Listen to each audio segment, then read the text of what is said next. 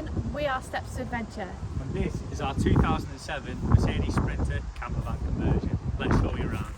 So starting at the front of the van, one of my favourite things is all the storage that we've got inside. So this acts as a sofa, and then underneath we've got one part for shoes and then one part for washing and other bits and bobs that end up in there. Also got storage above the cab, which I think is a really clever idea. So we've put all our coats, jackets and everything hidden away up there. So we've also got two storage boxes on either side, which are our seats. So underneath this one we've got the diesel heater, and then underneath that one we've got towels and other little bits and bobs. We've got all the storage space in the kitchen and overhead cabinets in the bed, and we also have a wardrobe, but we'll show you a little bit about that when we get further up. So one of my favourite things of the van is our massive fridge freezer, and it's amazing, honestly. It's 12 volt, runs purely off 12 volt. Look at the size of the freezer compartment in there, full of goodies. And also the one thing that I do like, because we're up in Scotland at the moment, is we've got an iron brew dispenser. Look at that, absolute cracker. That is definitely a must for a van. So moving over to our kitchen, we've got a 25mm solid oak worktop. We've got a handmade sink from the Netherlands, and we also got this from IKEA that fits in. It's nice just for when you're washing like cups and glasses, and you can just put them in there to drain. We've got hot water on demand with like a little bit of a shower sprinkler. It pulls out as well. Brilliant. But it gets really hot. Got a spice rack above here. If anybody likes spices, drop it in the comment. No, that's spicy content. We've got, well, real mayonnaise. Don't know why I put that in there. Two overhead cupboards with all our storage in there and food and stuff. We've got 3 shelves here and a box full of chocolate, which I shouldn't really show you because we don't eat chocolate. All our washing gear and stuff in here, like shampoos, soaps, conditioners, toilet stuff. Yeah, that's all stored in there. Got a double opening cupboard here with our air fryer. Our pans go in the bottom drawer here. This will be getting taken out because we're putting an oven in there with a 3-burner hob shortly. So moving on to our shower room. So this has got to be the most fanciest shower head ever. I don't want to move it in case it drips. But this is from Amazon. We'll link it in the description. So we've got the marble splash panel in here, a waterproof LED light bar, a bamboo grid on the floor which comes in really handy, and we've got a Thetford toilet which has an electric flush. We've got a mirror on the back wall, and then a curtain just here which matches in with the marble theme. So moving over to our seating and our seating arrangement. The bed does look short, but it's not. It's 5'8" wide, and it goes to 6'7" long when it pulls out, but we'll show you that now. So anyway, here's our table. This just lifts up and goes on top of there. This turns out, just drop that in there. Table slides in and our cushions go down, so it's like a long sofa. We then put our pillows normally here and sit down, just chill out.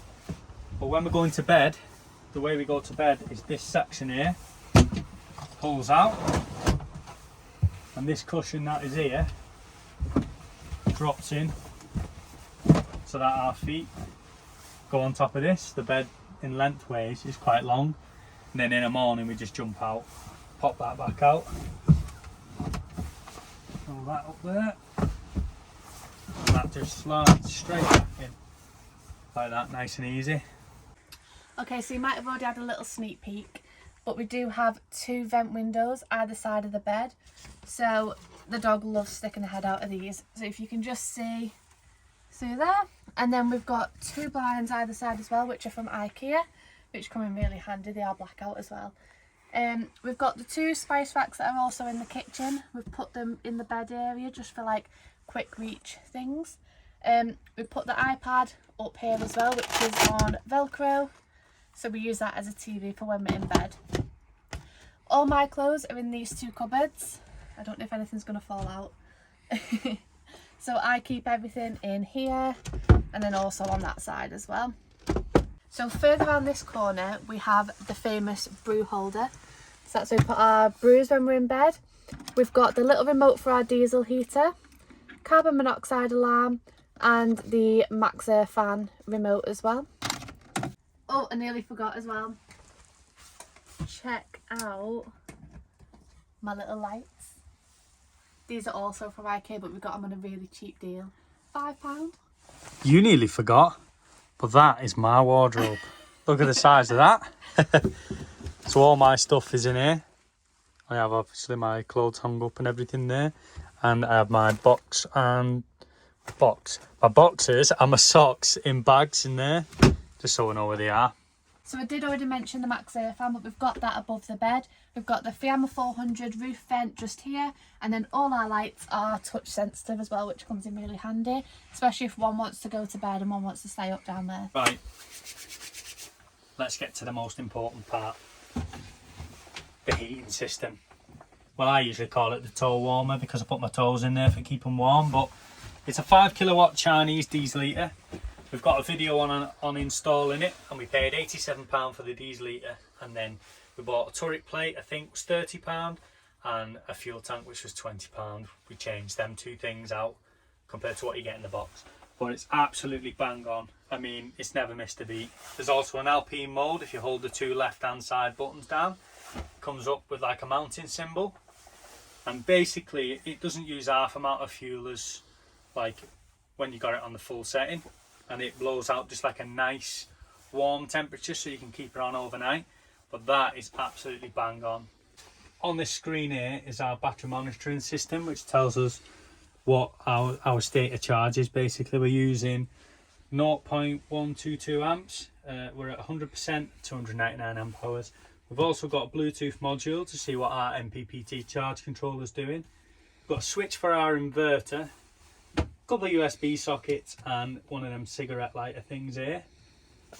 So we've also got two 240 volt plug sockets here and two 240 volt plug sockets there, just above the kitchen.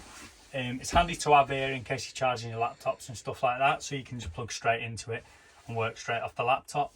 We are looking at putting one further over there as well, because we're going to put another table in right by the window so that we can work off our laptops whilst looking out the window as well.